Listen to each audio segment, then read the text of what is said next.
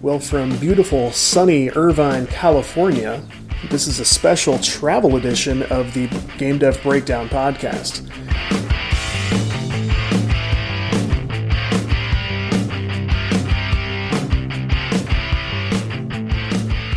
I'm Todd Mitchell. Normally, every week, I would be casually observing the game industry and bringing you the stories I thought were worth talking about. Instead, this week, I'm out here in the heart of it. I'll tell you what I'm doing out here, what it means for the podcast. First, real quick, I want to tell you, if you guys like, the show hasn't been around for very long, but if you like the idea of a gaming-focused podcast for older listeners who don't necessarily want to take the time to hang out on YouTube and Twitch, you can support this podcast by hitting up CodeWritePlay.com. There is an Amazon banner on the right side of the page right now, and the website is sort of in flux at the moment, so it may move around, but you'll see an Amazon banner, and if you have something you're already needing from Amazon, or you're going to do some Amazon shopping anyway, if you want to pull up CodeWritePlay.com and just click through that banner to get to Amazon and do your normal shopping, your prices will be totally the same, nothing about the experience will change, but Amazon will kick back a little something to CodeWritePlay as a thank you for sending traffic their way, and that's a free way for you to support the show. And that way I don't have to go crazy with advertising and other sponsorship stuff to stay afloat and hopefully grow over time. So again, Amazon.com through CodeWritePlay.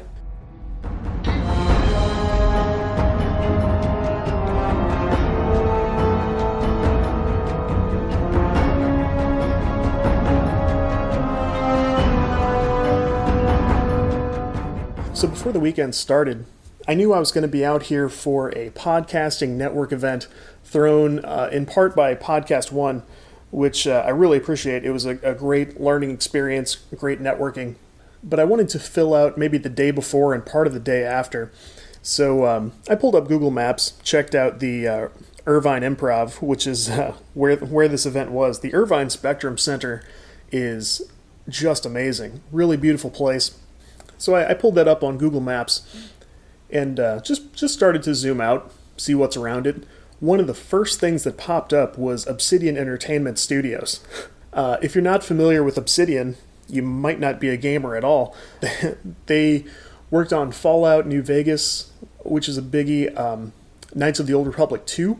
More recently, they are working on the Pillars of Eternity series, which is a game they initially crowdfunded so they could sort of do what they wanted with the project without worrying too much about a publisher, at least right out of the gate. Wild success, great RPG.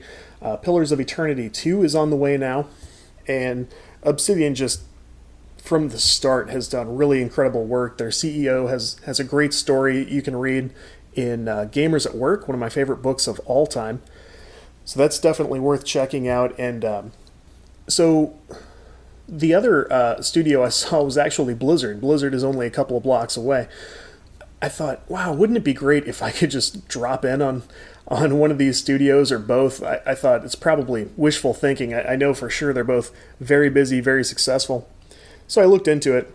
I wasn't really able to find any indication that Obsidian gave tours of any kind, anything like that. When I looked into it at Blizzard, they do give tours, but they're at the end of the month, and apparently it's easier to get on, like, Who Wants to Be a Millionaire or something. It takes a while to do it, and not everybody who applies is granted an opportunity to tour, and I thought, well, if that's the best they can do, like, I get it, but I don't have that kind of time, or just wasn't enough time before I came out here. Sort of, actually, it was Monday. I put up a tweet, something to the effect of, well, I wish I could grab a tour at Obsidian or Blizzard when I was out there this weekend, but I don't think it's going to work out, so that was a bummer. Like a minute later, I get a tweet from a guy named Mikey Dowling, who is the PR manager at Obsidian. He goes, he sent a little gif of a waving bear, which was funny, and he said, reach out to me. And I got excited. I thought, wow, this is great. So I hit him up. I said, hey, thanks for the tweet. I don't suppose I could stop in and say hi this weekend. And he says, the weekend's busy, all the regular staff is out. And I said, That was a bad choice of words on my part. I will be there Friday, if you will be there Friday. And he goes, oh yeah, great, stop in. A couple of us will take you to lunch and you can walk through the studio. And I told him I was a developer and, they were one of the studios that really inspired me. He goes, yeah, we'll try to walk through the studio while the dev team is there. And I was even more excited for the weekend than I was before. Travel out there was kind of grueling. It took 5 hours on planes, 2 planes, about 4 hours in airports between, pre-screening and a little layover time. So, and I didn't get there without any trouble. I got stopped by the TSA in St. Louis because of the microphone I'm recording on right now. First of all, this was only a 3-day trip, so I didn't check any baggage. I just shoved everything into my nice Swiss Gear backpack and headed on out. So I was actually pretty consciously avoiding anything that would cause trouble in the security line. But I get through the line and I get that dreaded, whose bag is this? And I'm like, yeah, that's my bag. And this lady goes, come with me. And I pictured like, I'm going to prison and I didn't even do anything wrong. I always assume the worst in these situations.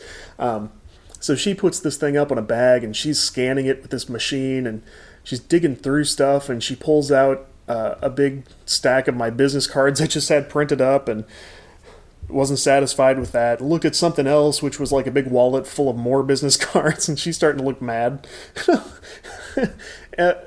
And she's like, is there anything in here that could hurt me? I'm like, no, not at all. It's like socks and shirts and stuff.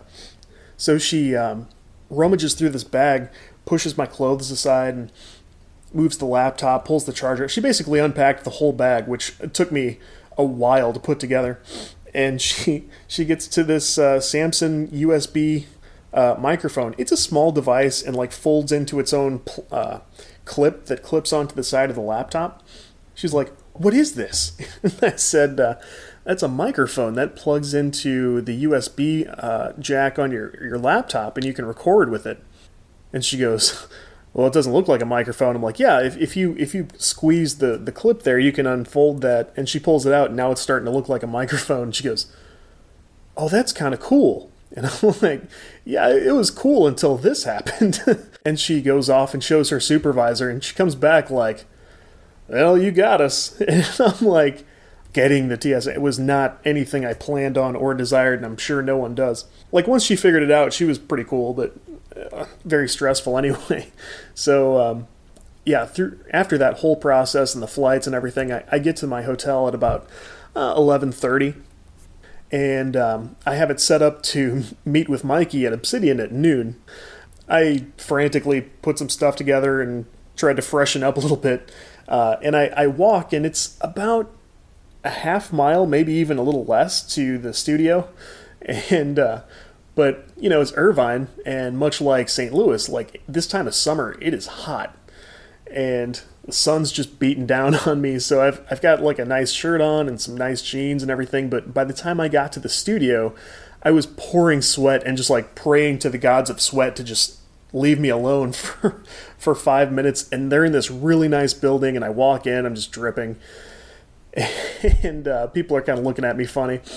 So I go up to the second floor where they're at, and I come out of the elevator, and sure enough, there's the awesome lobby, the big giant like 7-foot Fallout power armor statue kind of thing, and the lobby's really nicely decorated with signed posters from games and stuff. And I walk up to the person working at the reception desk. It looked like they sort of rotate there, and she's, hey, how's it going? I said, hey, it's really hot outside, I'm sorry. And she kind of laughed. I said, yeah, I'm here to have an appointment with your PR guy. And he comes right out. Really nice dude, much like he was on Twitter. He lets me know, hey, we're wrapping up some meetings and stuff, if that's cool, and if you want to take some pictures and stuff, you're welcome to, and we'll come out and we'll go to lunch. Which is cool. Yeah, totally no problem. So I'm taking pictures like a fangirl, and I tried not to make a big deal out of it. because that's probably stressful for the person working at the desk, sort of keeping an eye on me, making sure I'm not crazy and not doing anything weird, which I don't think I was. So I get some pictures, which I'll put up on the site, and take a seat. And sure enough, a couple minutes later, this big group of school kids comes in, like junior high age. And I mean, they just rush into the lobby, and I'm like, maybe this is normal? I don't know. So it turns out they were part of a sort of a field trip group, kids who had expressed interest in technology and working in technology. And they got to tour the studio and got, sort of a pep talk from somebody who was one of the guys who came to lunch. And it was just really cool to see these kids coming through and having that opportunity. And, we don't have a lot of stuff like that back home. And it was nice to see. And they posed for pictures and stuff. And a few minutes later, Mikey comes out, and he's the PR manager. He had his community manager with him, and one of their web developers also. And real nice guys. Yeah, let's go to lunch. Cool. Introductions are done. So we head outside. I noticed there's sort of a robot thing. It's like 5 foot tall. It looked like a Doctor Who kind of thing. It just rolls around on the ground outside. And later on, I asked them about this, and they're like, yeah, that's a security robot. And I'm like, what does that mean exactly? What is it doing? And they're all kind of like, we don't really know. So this thing is just rolling around the Irvine Spectrum Center. I ended up looking it up later, and sure enough, it's sort of a surveillance thing. It takes like 360 video and roams around for like an hour or two, and then goes back to a charging station, and then comes out and does it all again. And it's like, around the whole world, they started this thing here, I guess. And you can already see funny videos of this thing rolling down a hill and falling into water, like sideways. I wish I'd gotten a picture of that thing, actually. So we go to lunch, and they take me to a place called Rance's Chicago. Rance's, not Rancid, like the name Rance. Rance's Chicago Pizza in Costa Mesa. And man, that place was awesome. It's a small place, and it was very crowded.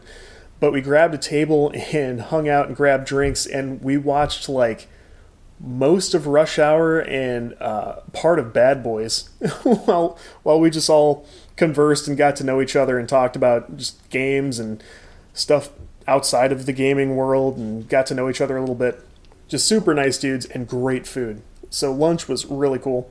One theme of conversation for us was I was trying to get a feel for sort of the common ground that we might have between myself running an independent studio, even a one-man studio at times, and their experience as somebody on the inside.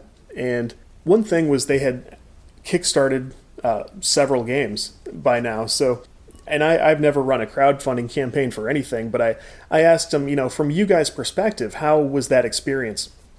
And Mikey told me just how incredible it was that they had fans willing to back their projects, even though they're an actual, full-on game studio. They're not indie, but this allowed them to work around standard publishing to do stuff that fans really wanted to see. And I kid you not, like the whole company, it's so clear how grateful they are to fans and how fan-focused they really are. And I was impressed by that because, being an outsider myself, you don't really know where people's heads are at on the inside. And I couldn't have been more impressed, really. So he hit on that several times, that just everything is driven by gratitude for the players. Again, I found that really impressive. So we head back, and a couple of the guys were kind of falling asleep from this like really good, really thick pizza that we had. I was ready for a nap too. So they take me into the studio and walk me into the actual inside, and the place is awesome. It's basically everything you hope that a game studio looks like on the inside. Really cool paintings on the walls, great art, great toys everywhere. I was impressed by the fact that they sort of favor offices instead of cubes or open-air workspaces. It's hard because I don't know if that's more of a Midwestern style kind of workplace, but I feel like everyone has cubicles and open-air spaces, especially for developers, and you have to act like you're excited about that because like, oh yeah, collaboration and discussion and stuff. I really love that in Obsidian's case, they sort of throw that pretense away and they're like, of course we collaborate and work together as a team. You can't get anything done if you don't. But also it's very important that we have some privacy where we can take stuff and really own it and get it done. I just loved that because again, I can't tell you how many times as a developer myself, I've toured a workplace sometimes that I was going to work at myself and had to be like, oh yeah, a nice place where I'm accessible to everyone and like that. Let's be real. A developer who's accessible to everyone is not getting much done. Certainly not as much as they could. So, like I said, that was great. It was just really cool to put some faces behind names that I had seen in credits and stuff. Read the occasional interview from really one-of-a-kind experience there. Loved they had like cool arcade games set up and a great like board game library. It was just all mind-blowing. As we were sort of winding down at the end, the PR and community guys told me about some of the streaming they do. And Obsidian actually, through these two guys, they stream wrestling, WWE 2K17 or whatever the last one was. They have their own wrestling they call it an E-Federation, which is it's called OEW Live, which is Obsidian Entertainment Wrestling, and they basically set up characters in the character creation system. They set up matches and structures and keep track of storylines and stuff, and it all plays out live in front of them. They don't actually control it. They'll try to write certain events and sort of stack the deck in favor of certain things, but they stream it and watch it live, and it's just like a real wrestling show. And it's actually picking up steam. Like they say, they have a really focused community who gets together and has fun with this every couple of weeks or so. And they have their own like pay-per-view, and it's just a really cool thing. And they use that to raise money for charity, and they sort of reach people from the community to get together and goof off with this. And super cool. You should check out OEW Live. You can get on Twitter and use that hashtag OEW Live to see what they're up to. And on the way out, we sort of said our goodbyes, and I promised them I would spread the good word because I'm just so impressed with Obsidian as a company. And they just threw together a bag of goodies and like sent me on my way. And like the stuff in there was great. They gave me a couple of really awesome shirts and a hoodie and several other things, and I almost don't even want to say specifically what they gave me because it's such awesome stuff, and it's all mine, stay away. But I'll be showing some of that stuff on the blog too, just because it's so neat and I'm so excited. I actually had to go to Target and grab another bag to take with me because it wouldn't fit in my my backpack because I traveled so light. So I am going to put up all the pictures, well, most of the pictures I took because most of them came out great, and almost certainly write a blog post about it's just all the cool stuff I did and the links to things that you can see and cool projects Obsidian does. They did not ask me to do anything. In fact, I had to sort of explain this to people. They're like, "What is this, an interview or what are you doing?" I said, honestly, I just reached out to these guys and asked, "Hey, could I stop by and say hi this weekend?" And this is what they did. They were just rolled out the red carpet. When we did the tour, they introduced me as a member of our community, and people treated me like I owned the place. Like it was touching how nice the experience was. But I loved their games before, and I'm even more impressed with the studio now. So definitely check out games like Pillars of Eternity, and just follow along and be part of that group with them, because honestly, I don't know how many companies really take this approach to their fan base. Like in the case of Blizzard, like we all love Blizzard and we all love Overwatch and playing, StarCraft and Diablo and stuff. But, I get they're a big, busy company. They didn't respond to anything I said at all. I tagged them, and they don't have to. I don't expect that. But it was great how far above and beyond a company went when they did want to connect. So, like I said, they didn't ask me to do anything. I don't know if they realized I have a blog or a podcast, or, they didn't know I was a developer until I mentioned it. And then it was just like an interesting point of discussion. I've put out one commercial app and I'm working on more, but it was funny because one of the guys mentioned like, yeah, one of those junior high kids who came through here, he's on his like fourth commercial app that he's got out on the App Store. And I'm like, oh man, it's a sign of the times. Like, I've worked on this stuff for almost 20 years and it's so slow going. And now the kids are like, yeah, I learned how to do this when I was 5.5, So, and I love it. I love that there are more developers of earlier ages. And I think that's how gaming is going to continue to expand in different directions and continue to be great. So as for the podcasting networking event the next day, I picked up some great recording techniques, which won't be reflected in this show because I'm recording on this contraband USB mic in a hotel room where people are walking around pounding on things. But when I get back, I'm hoping the quality will pick up some. I picked up some tricks about taking actual phone calls, recording stuff like that to make it easier to get interesting guests in. Speaking of interesting guests, I met a 15-year industry vet who lives out in this area, who's worked for like Sony and Naughty Dog and all sorts of great companies. I'm really looking forward to him. I gave him my card, and I'm expecting him to get in touch here in the next couple of days, hopefully, and we'll set something up. I would love to introduce you guys to him. And in the meantime, again, I'm talking to people from podcast networks and people who can help grow the show. And the biggest way that you guys can help is to do things like leave ratings, reviews, share the show with a friend. Basically, the objective here is to show networks who don't necessarily understand gaming stuff and don't think that there's a big enough fan base for mature listeners.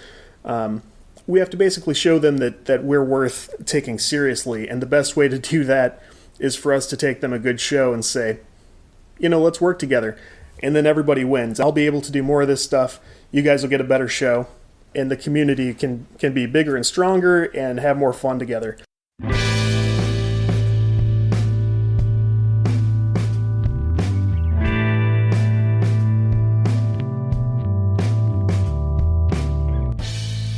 Like I said, look on the site for more cool content. Let me know what kind of stuff you guys are thinking about, and we will circle back next week. So till then, keep playing. Thanks, everybody.